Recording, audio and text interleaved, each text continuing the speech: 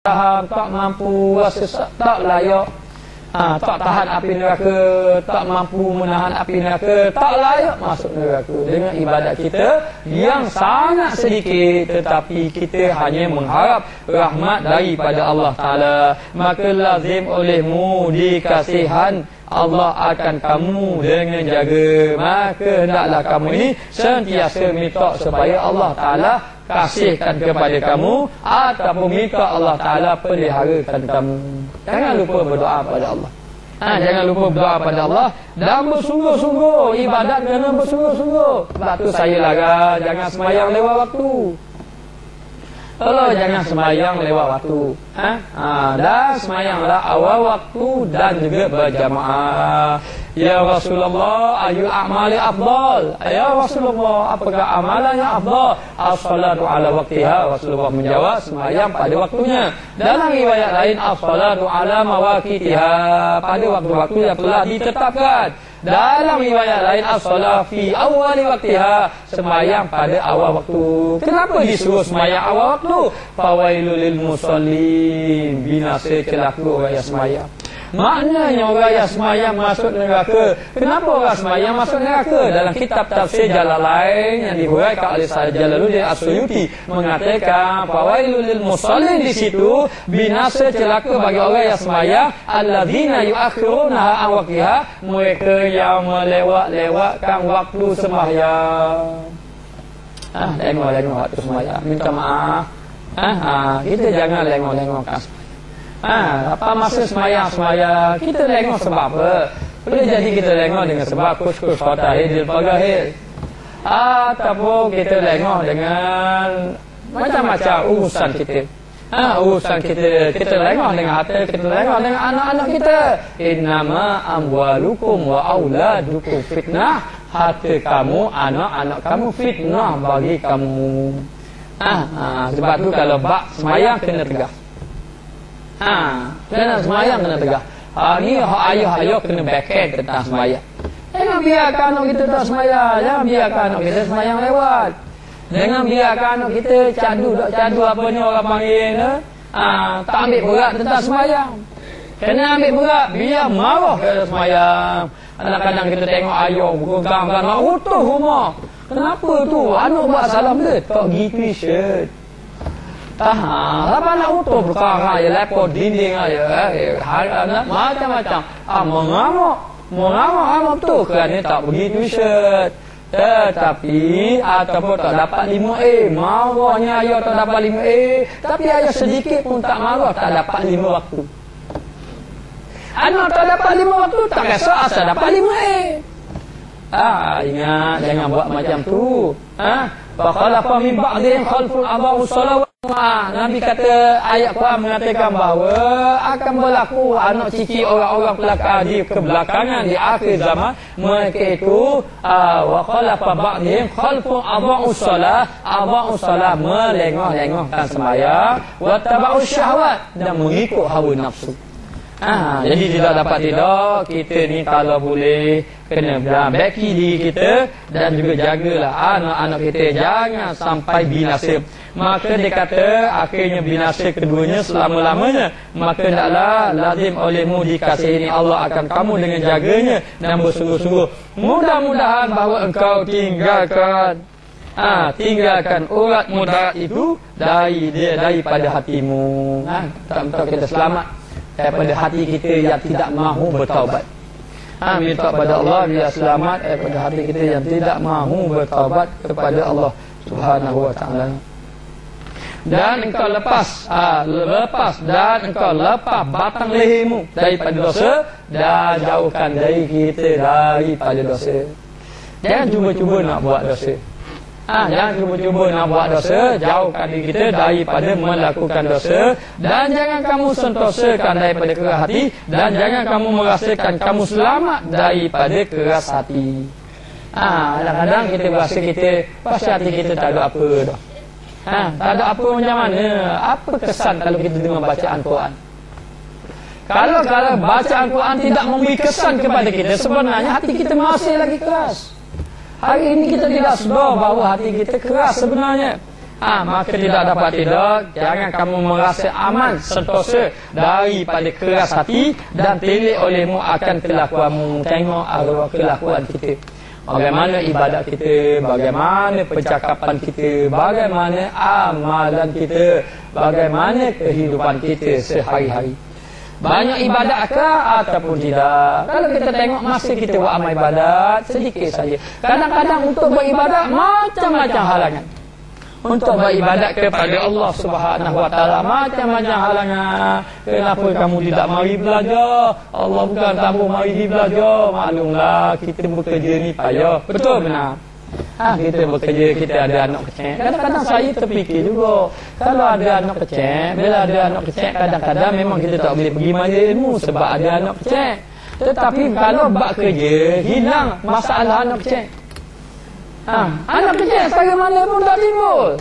Dia boleh mesyuarat dengan suami, anak kita nak letak di mana, letak di sini, boleh.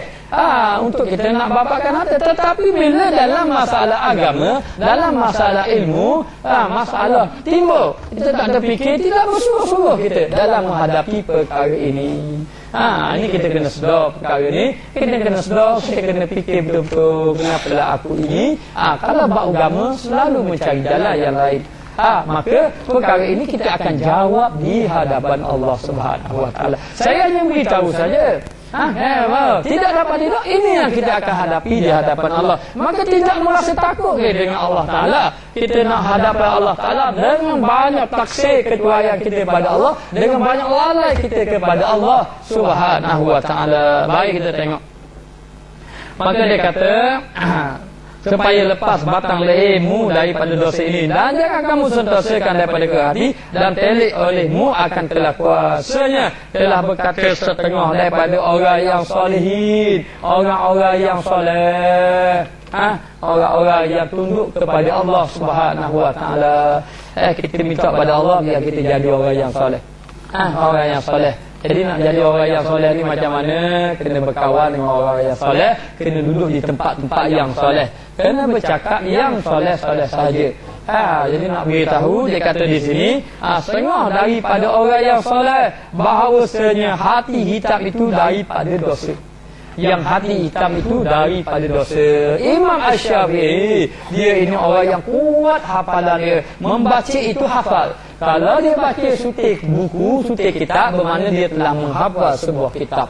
Lalu pada hari itu, dia hafalannya agak lembab, ataupun agak kurang hafalan dia daripada hari biasa. Lalu dia mengadukan kepada Waqi', syaqautu ila Waqi' an su'il hifzi. Aku mengadu kepada Waqi', guru aku mengenai buruk hafalan aku. Mana payah nak ingat ni? Innal tak ingat pas sudah. Mana payah sangat. Lalu mengadu kepada kepada gurunya. Fa'ausyadani, maka gurunya menunjuk kepada aku supaya bitauki ma'asi, dengan meninggalkan maksiat. Maksiat menyebabkan hati kita gelap dengan Allah. Kenapa orang tu bila disebut nama Allah menangis? Saya jumpa salah seorang sahabat saya pergi di Indonesia, saya pergi cakap dengan dia. Beliau ni, saya tengok dia tak banyak cakap, dia banyak berzikir. Lalu dia pun ceritalah, dia cerita tentang diri dia. Dia cakap, saya selalu minta nasihat dia, sebab saya melihat dia ni lebih baik pada saya. Tapi dia selalu minta nasihat saya. Saya minta nasihat dia, dan saya tidak akan beri nasihat ke dia, sebab saya merasakan dia lebih baik pada saya. Lalulah dia pun cerita dia nasihat-nasihat saya. Saya pun mengatakan bahawa saya lah orang yang layak terima nasihat, kerana saya lah orang yang banyak dosa daripada antam.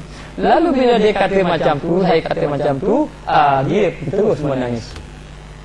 Menangis depan saya, menangis macam budak-budak menangis. Dia kata, Syekh, jangan kata macam tu, saya lah orang yang sangat banyak dosa. Dia bila cakap tentang Nabi menangis, banyak berzikir, tak cakap banyak, selalu sembahyang. Kita melihatkan bahawa betapa tulusnya hatinya, tetapi Allah Ta'ala lah yang mengetahui hati-hati manusia. Hati-hati manusia. Dan saya merasa bersyukur berjumpa dengan orang yang macam tu. Berjumpa dengan orang yang macam tu. Tapi wallahu a'lam lah. Tapi mengatakan bahawa sebenarnya yang hati kita bila kita ingat dosa menangis, ingat ke Nabi menangis, ingat amalan kerja sikit itu menangis, kerana hati kita, akan hati kita bersih dan kita jauhkan daripada maksiat. Tetapi kalau kita bergelumang dengan maksiat, biasa dengan maksiat, kita ingat dosa pun tak menangis, ibadat kita pun rasa tidak lazat, ingat dosa pun tidak rasa ingin meninggalkan dosa, menandakan bahawa hati kita masih lagi keras ataupun hati kita gelap, tidak dapat tidur. Mari kita bersihkan hati kita dengan air taubah kepada Allah Subhanahu wa taala, dan kita berus dada hati kita yang kotor ini dengan anggota yang sujud kepada Allah Subhanahu wa taala, sehingga hati kita mendapat syuhudiyah, yakni pancaran mata hati yang merasa takut dan tunduk kepada Allah Subhanahu wa taala, sehingga kan kita menjadikan bahawa tidak ada perkara yang kotor dan buruk adalah maksiat, tidak ada perkara yang kita suka adalah ibadat kepada Allah Subhanahu wa taala. Jadi selagi mana kita rasa nak buat amal ibadat tu berat saja, tetapi bila kita nak buat maksiat tu rasa cepat je nak buat, bermakna hati kita masih lagi ada kotoran. Ada kotoran. Jadi tidak dapat didak. Marilah kita bersihkan dengan taubat kepada Allah. Sebelum tu kita kena bersedia dan kita letakkan dalam hati kita, aku adalah hamba Allah Ta'ala yang banyak dosa. Jadilah kita merasakan diri kita baik, kita boleh jadilah letakkan diri dia, letakkan sebelum kita nak bertaubat. Kalau selagi tu kita berasa kita ni comel lagi, nak bertaubat tak comel kita. Buangkan segala kebongkakan kesombongan yang ada dalam hati kita untuk kita nak tunduk sujud kepada Allah Subhanahu wa taala. Maka dikata di sini disebabkan dosa dan alamat kelam hati, tanda kelam hati itu bahawa tiada dapat daripada dosa itu terkejut, yakni tiada terkejut hatinya tak kala jatuh dosa, tidak tersentuh hati, tidak bergetar hati, tidak merasa takut hati bila buat dosa. Ada tak kalau kita rasa nak dosa main berbohong je, masa tu iman kita masih ada. Tetapi dalam keadaan kita berdebar-debar, kita buat juga dosa, maka ketika iman kita campak daripada hati kita, lalu kita merasakan tak ada apalah dosa. Apabila seorang tu merasakan tidak ada apa-apa ataupun merasa lazat dengan dosa, ketahuilah hatinya benar-benar gelap dengan Allah Subhanahu wa taala. Kalau dia buat dosa, kau seronok dengan dosa. Firman Allah Taala, bala man kasaba sayyi'atan wa ahatat bihi khati'atu fa ulaika ashabun nar fiha khalidun. Ketahuilah, sesiapa yang buat jahat kemudian kehidupan dia dengan kejahatan. Orang yang tinggal sembahyang kemudian terus tinggal sembahyang, rasa apa? Tak ada apa-apa. Tengok tu duduk dekat surga dah tumbuh lagi. Kaki kotor basuh, kaki tengok orang bang sang bagus, tak kata tumbuh lagi. Maka dia kata orang yang dia rasa melakukan dosa, melakukan kejahatan, kemudian wa ahata bi khati'atu, kemudian dilingkupi kehidupan dengan kejahatan. Maka ketahuilah faulaika ashabunna, dia sebenarnya telah menempuh api neraka, dia adalah ahli neraka. Wal iyad billahi min zalik. Kita jangan kata orang, kita jangan tengok orang lain, kita pilih diri kita. Kalau kita merasakan sedar buat maksiat, kita tak bakal duduk pergi mana-mana, tak ada apa-apa, tak ada rasa malu apa-apa. Ada jumpa ustaz pun tak rasa. Bakal duduk. Kita nak tengok Allah, masya-Allah. Tak ada merasa apa-apa. Tak bakal duduk. Pesen berapa? Kau tahu apa orang marah, macam orang lelaki dari simbangan apa? Tak ada merasa apa-apa, tidak rasa segan. Nabi mengatakan bahawa di akhir zaman orang sudah tidak malu dengan orang-orang yang soleh. Nabi sebut di akhir zaman orang soleh pun tak ada rasa malu dah. Tidak rasa malu dengan orang soleh, nak buat dosa, nak buat apa-apa rasa tak kisah. Maka ini tandanya mereka ada hati yang gelap. Maka hendaklah kita, hati kita yang gelap ini pun hendaklah kita bersihkan hati kita. Maka tanda bila kita buat dosa, hati kita ada rasa macam terkejut, ataupun rasa macam takut, ataupun kita kata bergetar hati kita. Hati kita merasa bergetar. Nabi mengatakan istafti qalbak, hendaklah kamu minta fatwa pada diri kamu. Kalau kamu nak buat satu-satu perkara dan rasa debar, rasa tak sedap hati, maka minta fatwa, kerana hati tidak dapat menipu diri kita.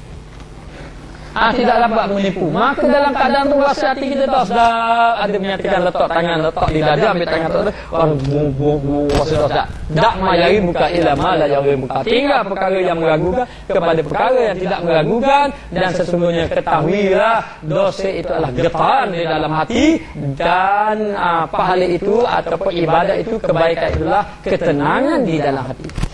Kita buat ibadat rasa suka saja. Lepas sembahyang rasa suka saja. Tapi cuba buat maksiat.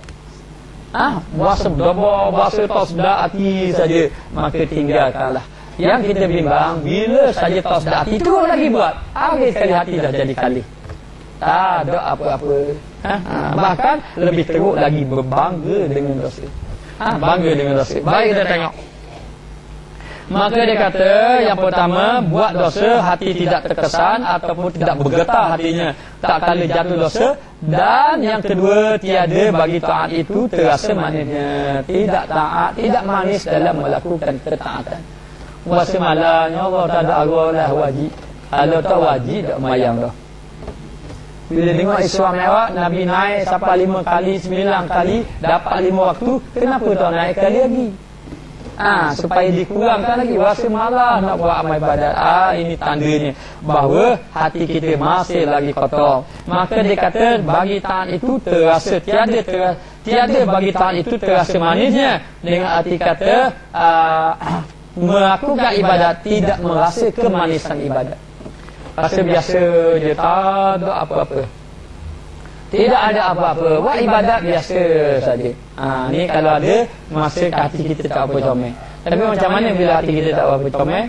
Teruskan belajar ilmu, pergilah belajar ilmu dan baikilah hati kita, bertaubatlah kepada Allah Subhanahu wa taala banyak-banyak. Maka dia kata di sini pula, dan yang akhirnya dan yang ketiga, tanda seorang itu hati dia gelap ataupun dosa banyak, tiada bagi pengajaran itu masuk pada hati. Tak masuk benda. Pengajaran yang disampaikan kepadanya, segala kata-kata nasihat yang disampaikan kepadanya, ilmu-ilmu yang mengajak dia kembali kepada Allah, cahaya-cahaya ilmu, mutiara-mutiara kata yang datang daripada Nabi, datang daripada Al-Quran, tidak memberi kesan langsung kepadanya. Maka sebenarnya hatinya sudah menjadi gelap. Hati tidak memberi kesan. Jadi kalau kita dengar majlis ilmu, kalau kita dengar kata-kata nasihat, kita berasa tersentuh ataupun kita rasa nak berubah, maka sebenarnya hati kita bersih. Tapi kalau hati kita tak bersih, kita dengar-dengar, ni duk kata korang je ni, cari-cari alasan yang macam-macam, bermakna hati kita belum lagi bersih. Jadi bila datang ke sini, yang pertama betulkan niat kita kerana Allah Ta'ala. Yang kedua, kita memang betul-betul pada Allah Ta'ala. Kita mengaku kita banyak dosa, dan kita datang ini untuk mendapat rahmat dan petunjuk daripada Allah Subhanahu wa taala, dan kita memang benar-benar minta pada Allah supaya Allah Taala mengampunkan dosa kita. Jadi yang belajar ilmu jangan suluh ke orang lain, suluh dalam diri masing-masing. Kalau nampak kekotoran, maka baikilah kotoran dengan air taubah dan bersihkanlah hati kita dengan anggota yang tunduk dan sujud kepada Allah. Moga-moga syuhudiyah, hijab terbuka, kasyaf pun datang, maka hati tunduk menangis tersungkur di hadapan Allah Subhanahu wa taala. Wallahu a'lam.